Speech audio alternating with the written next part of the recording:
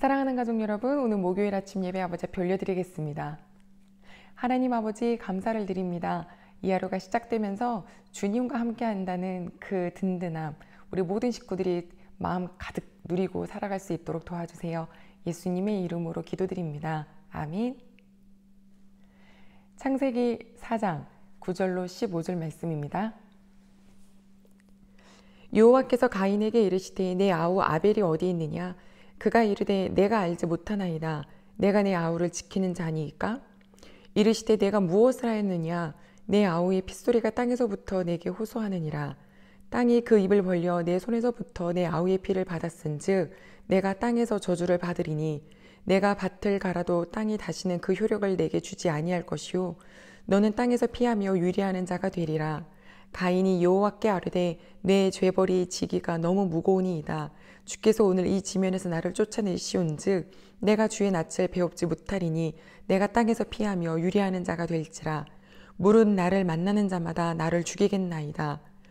여호와께서 그에게 이르시되 그렇지 아니하다. 가인을 죽이는 자는 벌을 7배나 받으리라 하시고 가인에게 표를 주사 그를 만나는 모든 사람에게서 죽임을 면하게 하시니라. 아멘. 사랑하는 가족 여러분, 하나님의 말씀에 해라, 하지 말아라 하시는 말씀이 있어요. 왜 주셨을까요? 하라고 하는 대로 살면 행복이 있고요. 하지 말라는 것을 하면 불행과 고통이 있기 때문이에요. 하나님께서 만드신 사람, 하나님이 사랑하시는 자녀 행복하게 살게 해주시려고 밥인지 돌인지 알려주시는 거죠. 품을 것인지 버려야 하는 것인지 구별할 수 있도록 해주신 것이 바로 말씀이에요. 성령 하나님은 내 안에서 그 말씀으로 인도해 주시죠. 이거 아니야, 이거 맞아, 선택할 수 있게 해주세요. 하나님은 가인에게 내 아우를 향한 마음, 분노가 차오른 거 다스려라 라고 말씀하셨어요. 그렇지만 가인은 선택했죠. 무엇을요? 자기의 악함을. 하나님의 말씀을 버리고 악함을 선택하는 순간 그것은 곧 살인으로 이어졌습니다. 하나님께서 가인에게 말씀하십니다. 내 아우 아벨이 어디 있느냐? 모르시지 않아요. 아담이 어디 있는지 알고도 아담아 어디 있느냐라고 물으셨던 것처럼 아벨이 어떤 상황인지 아시는 하나님이 가인에게 물으신다는 것은 가인이 먼저 하나님께 용서해 주세요라고 하기를 원하셨던 마음이 아니실까요? 가인은 이렇게 얘기해요. 몰라요. 제가 아우 지키는 자예요? 몰라요. 죄 짓는 자가 하는 일이 있죠. 예스, 노에서 안 끝나요. 막 더 붙여요. 과장해요. 왜요? 스스로 죄를 덮고 싶기 때문이죠. 하나님이 모르시는 일이 어디 있나요? 땅이 나한테 호소한다 라고 가인에게 말씀하시죠. 너가 흘린 아벨의 피가 그 땅이 삼키게 되었고 땅이 너를 이제 뱉어낼 거다 라고 말씀하시는데 보니까 내가 땅에서 저주를 받으리니 라고 말씀하시죠. 어떤 저주요? 밭을 아무리 갈아도 효력을 얻지 못할 것이다. 레위기 말씀에 보면 하나님께서 당부하셨어요. 너희가 가나안 땅에 들어가면 그 땅에서 살았던 사람들의 가증한 일을 하지 말아라. 너희들도 만약에 그렇다면 그 땅이 전에 살던 사람들의 가증한 일로 말미암아 뱉어냈던 것처럼 그 땅이 너희들도 뱉어낼까 합니다. 라고 하신 것은 땅이 울렁거리면서 뱉어낼까요? 아니요. 암만 심어도 뭘 한다 한들 전혀 거기에 대해서 소득과 열매를 거두지 못하게 될 거라는 거예요. 그러면서 뭐라고 하셨냐면 너는 이제부터 유리하는 자가 되라. 떠돌아다니는 방랑자가 되게 하신다는 거예요. 쉼이 없는 방랑자. 그게 가인이 받게 된 벌입니다. 가인은 순간 올라왔던 분노를 내가 정말 이걸로 쳐서 죽여야겠어라고 하는 것으로 행동으로 옮겼을 때 그 순간은 시원했을지 모르겠어요. 너무 악한 마음이죠. 살인이 시원하다니요. 용서하세요. 그런데 그 바로 끝나자마자 받는 고통은 엄청납니다. 가족 여러분, 죄에 대해서는 값이 있어요. 다윗이 음욕을 품고 바라봤던 여인에 대해서 음욕은 품었지만 거기서 스탑을 했다면 끝이었겠죠. 하지만 그 여인을 데려다가 간음하는 일을 했을 때 그 뒤로 받게 됐던 벌들, 태어난 갓난아이가 죽게 됐죠.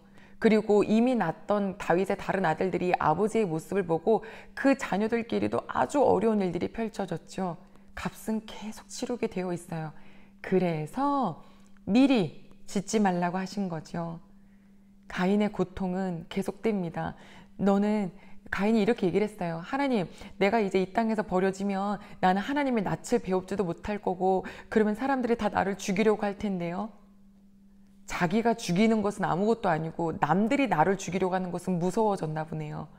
그리고 하나님이 언제 내가 너를 다시는 보지 않겠다라고 하셨어요. 그런 적 없거든요. 가인의 마음속에 그게 있어요. 벌써 보이지요? 그의 마음속이 얼마나 하나님과 상관없는 자임을. 하나님께서는 아담과 하와에게 가죽옷을 입혀주셨던 것과처럼 가인에게도 장치를 허락해 주세요. 너가 이 땅에서 쫓겨나지만 너가 다닐 때 어느 누구도 너를 건드리지 못할 거다. 만약에 너를 죽이는 날에는 벌이 7배나 더하리라 라고 하는 그런 자비까지 주시는 하나님. 그렇다면 정말 그가 이제 유목민처럼 돌아다니는 자, 정처 없이 정착하지 못하는 자가 된다 할지라도 매일매일 그렇게 살면서 오늘 내가 이렇게 사는 건 여호와 하나님께 잘못했기 때문이고 하나님 저를 용서해 주세요 라고 하나님을 찾으면서 그렇게 살았다면 어땠을까 하는 생각이 드는 것은 그 다음 16, 17절을 봤더니 가인이 여호와 앞을 떠났어요.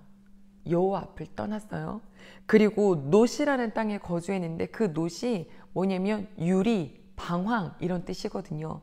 근데 거기다가 뭐를 쌓냐면 성을 쌓아요. 최초의 도시가 건설됩니다. 하나님께서는 너는 이제 방랑자가 되라 했는데 성을 쌓더니 자기가 결혼하여 아들을 낳아 그 아들의 이름 에녹이라고 성을 부르는 거예요. 이제 자기가 자기를 지키며 살겠다는 거예요. 하나님과 상관없는 삶을 살기 시작했습니다. 가족 여러분, 그래서 요한일서는 가인은 악에 속한 자라고 했나 봅니다. 그의 마음에 하나님을 찾는 마음이 없었어요. 오늘 말씀을 정돈합니다. 왜 하나님께서 죄에 대해서 그렇게 말씀하시냐고요? 값을 치르는 자녀를 안쓰러우시기 때문이에요. 성령 하나님이 왜 우리에게 매 순간마다 알려주고 싶으시겠어요? 구덩이에 빠지지 말라고. 울타리 넘다가 넘어지지 말라고 앞길을 인도해주고 싶으신 거죠. 그 본심을 모르고 마치 내 감정 몰라준다고, 내 억울함 몰라준다고, 내 힘으로 살아보겠다고 하는 순간의 죄에 넘어간 우리들의 모습. 하지만 한 가지 마지막 꼭 덧붙이고 싶은 것이 가인이 죽였기 때문에 너무 그 죄가 커서 하나님께 아뢰어도 소용없었을까요? 아니었을 거예요. 하나님 아버지 앞에 용서를 구할 때 아버지께서 항상 우리를 용서할 준비가 되어 있다고 하셨었는데 우리가 어느 순간 똑같은 죄를 짓고 하면 야, 너 이제 양심 좀 있어봐라. 회개 좀 그만해. 야, 나도 너가 싫은데 하나님인들 너가 좋겠냐?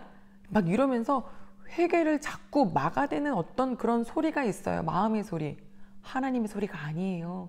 사단의 소리예요. 하나님 앞에서 우리가 이제 더 이상 떠나가게 만드는 그런 소리예요. 지금도 혹시 내가 어떻게 이렇게 살았는데 하나님께 돌아가나 하는 마음 때문에 오지 못하는 식구들이 있을지도 모르겠어요. 아니요. 우리 아버지는 내가 어디 있느냐 오늘도 물어보시는 분이세요. 그럼 아버지 저 여기 있어요. 제가 저 너무너무 죄를 많이 지었어요. 하지만 아버지 앞에 다 아뢰요. 아버지가 모르시는 거 없잖아요. 그러면서 회개할 때 품어주시거든요.